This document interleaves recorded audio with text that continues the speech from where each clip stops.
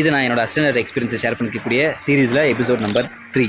இதுக்கு முன்னாடி எபிசோட்ஸ்லாம் நீங்கள் பார்க்கலன்னா மறக்காம போய் பார்த்துருங்க. அப்போ தான் உங்களுக்கு கனெக்டபிளாகவும் கண்டினியூவாகவும் உங்களுக்கு வந்து என்ன நடக்குது அப்படிங்கிறத நான் சொல்கிறது என்னன்றது உங்களுக்கு புரியும். ஸோ நான் லாஸ்ட் எபிசோட் சொன்ன மாதிரி வந்து பார்த்தீங்கன்னா 3வது நாள் எனக்கு வந்து ஷூட்டிங் ஸ்பாட் வந்து சொல்லிட்டாங்க. பட் அதே நாள் தான் வந்து எனக்கு பார்த்தீங்கன்னா எக்ஸாமும் இருக்குது. ஸோ இப்போ நான் எக்ஸாம் போகணும், ஷூட்டிங் ஸ்பாட் போகணும்னு சொல்லிட்டு எனக்கு ஒரே யோசனையாக இருக்குது. அங்கே போகலன்னா அந்த வேலையை விட்டு தூக்கிடுவாங்க, இங்கே நான் போகலன்னா எக்ஸாமில் ஃபெயில் ஆகிடுவேன், அதில் தான் வீட்டில் காலி. ஏன்னா நான் வீட்டில் நான் எக்ஸாம்னு சொல்லலை, சொன்னால் வந்து ஷூட்டிங் போகாத எக்ஸாம் போகணுவாங்க.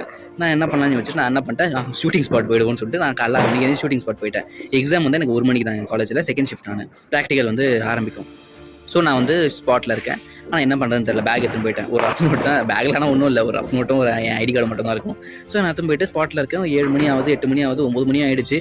ஆனால் நான் ஸ்பாட்டில் தான் இருக்கேன், எதுவும் பண்ண முடியல. ஏன்னா அன்றைக்கின்னு பார்த்து வர நாங்கள் மொத்தம் 2 ஐடி, ஒரு ஐடி வரவே இல்லை. என்னன்னு சொல்லி எங்கள் கோஆர்டினேட்டர் அவர்கிட்ட நான் கேட்கும்பொழுது நான் தான்ப்பா வரவேணான்னு சொல்லிட்டேன். அவன் வந்து சரியில்லை, ஒழுங்காக அவனை வச்சு வேலை வாங்க முடியல, ஸோ அதனால நான் வரவேணான்ட்டு, நீ மட்டுமே பார்த்துப்ப, நீ பார்த்துக்கோ அப்படின்ட்டாரு. எனக்கு என்ன இப்போ தான் பண்ணுவீங்களா இப்படிலாம் அப்படின்னு சொல்லிட்டு தோணுது. ஏன்னா வந்து நாங்கள் 2 ஐடி இருந்தால் அவனை மட்டும் நான் ஸ்பாட்டில் பார்த்துக்க சொல்லிட்டு நான் கிளம்பியிருப்பேன். ஒருத்தர் பார்த்துக்கிட்டா போதும்னு ஏதாவது அட்ஜஸ்ட் பண்ணி ஏதாவது பேசிகிட்டு இருப்பேன்.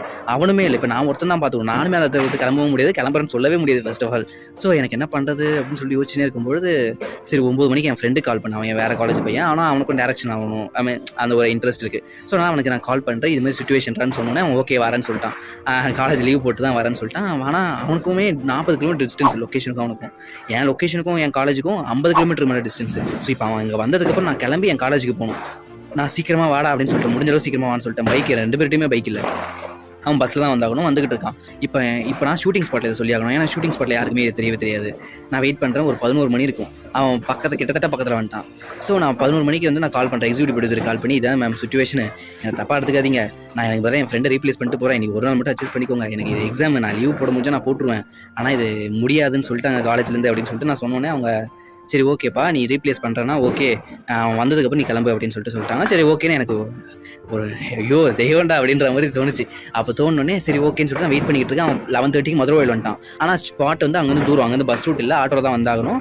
ஆட்டோவும் கிடைக்கலங்கிறான். நான் என்ன தலைவலியில் இருக்கேன், ஆல்ரெடி டைம் ஆகிடுச்சு எனக்கு.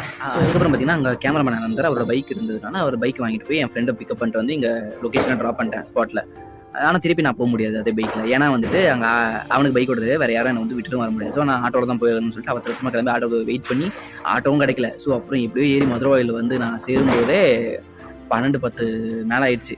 ஸோ 50 மினிட்ஸ் தான் இருக்குது, ஆனால் 50 கிலோமீட்டர்ஸ் டிஸ்டன்ஸ் நான் தாண்டி ஆகணும். என் காலேஜில் இன்னும் 50 கிலோமீட்டர் இருக்குது, 49 to 50 கிலோமீட்டர் இருந்துச்சுன்னு நினைக்கிறேன்.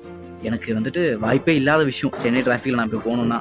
ஆனால் இருந்தாலும் வேறு என்ன பண்ணுறது, ஏரியாவது உட்காருவோம், நம்ம ஏதாவது ஒரு கிரேஸ் டைம் ஒரு 1/2 மணி நேரம் கிடைக்கும். ஸோ ஏதோ ஒரு காரணம் சொல்லி நம்ம உள்ளே போய் உட்காந்துடலான்னு சொல்லிட்டு ஒரு நம்பிக்கையில் ஏறி உட்காந்து போய்கிட்டு இருக்கேன்.